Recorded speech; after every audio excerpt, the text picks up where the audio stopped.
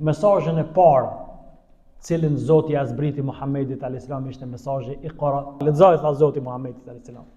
Lexo në emrin e Zotit tënd i cili krijoi çdo gjë. Krijoi njeriu prej një gjaku të ngjizur. Lexo se Zoti është bujar, që mësoi njeriu me përdor pendën lapsin, mësoi njeriu atë që nuk e dinte.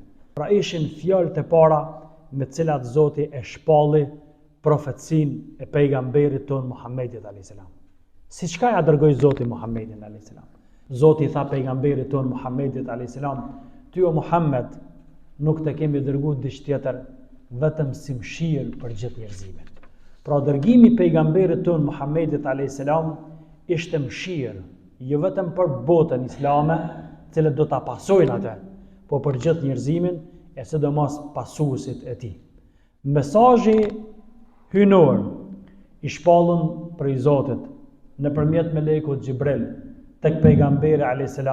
e pastaj tek ne, njerëzimi, kishte për qëllim ta ndryshonte shoqërinë, ta përhapte në botë drejtësinë dhe ta largonte në maksimum të keqen.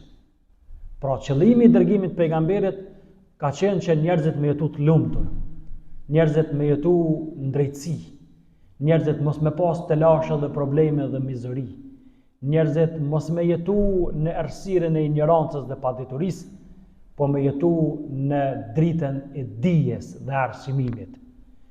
Çdo herë duke praktiku fjalën e Zotit, lexo në emër të Zotit tënd.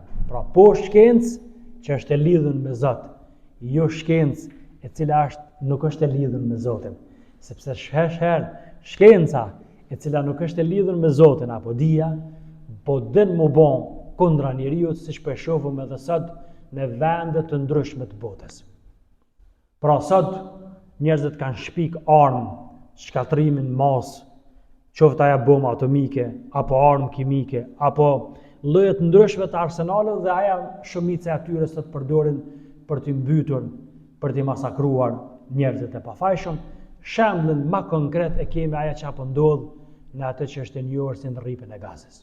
Edhe sot këto momente kur po flasim na, njeriu e mbyll telefonin, e mbyll ekranin televiziv sepse nuk mundet me përballu ato që apo vujnë fëmija, gratë, plesh dhe njerëzit e pambrojtur përpara këtij botës e cila njihet si bota moderne.